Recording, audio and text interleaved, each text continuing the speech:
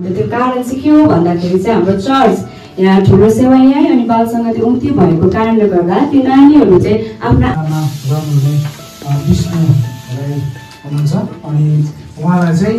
बाइबलले शिक्षा है बाइबलबाट कसरी प्रचार गर्नुपर्छ भन्ने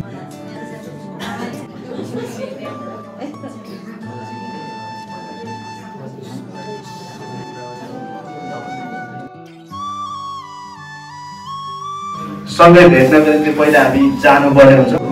कानुन हामी त्यहाँ देख्दैनौँ तर भने त्यसले चाहिँ हामीलाई के गर्दो रहेछ त आनन्द दिने हामीलाई सल्लाह दिने काम गर्दो रहेछ भन्ने कुरा हुन्छ। हामी तल जाउँ उत्पत्ति 1 को 28 पढौँ त सबैजनाले।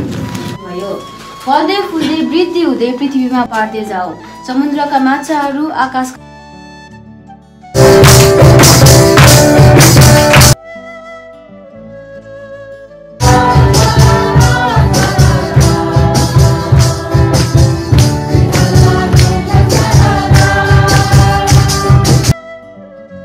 र यो फ्रान्सको जुन चाहिँ खण्डहरू छ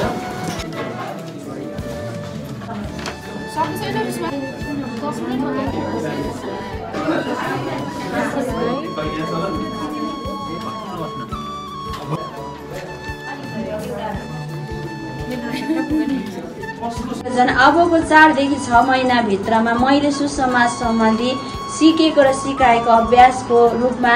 इलामको पप्ली होलका वरिपरि 100 जनालाई व्यक्तिगत सुसमाचार प्रचार गरी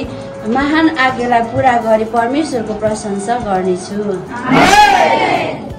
6 महिनासम्म म वास्तवमा यस आशाको घर मण्डली इलामको मण्डली भवन निर्माण कार्यमा भोलिन्टरको रूपमा काम असल तरिकाले गर्नेछु र यस कामबाट परमेश्वरको महिमा गर्नेछु।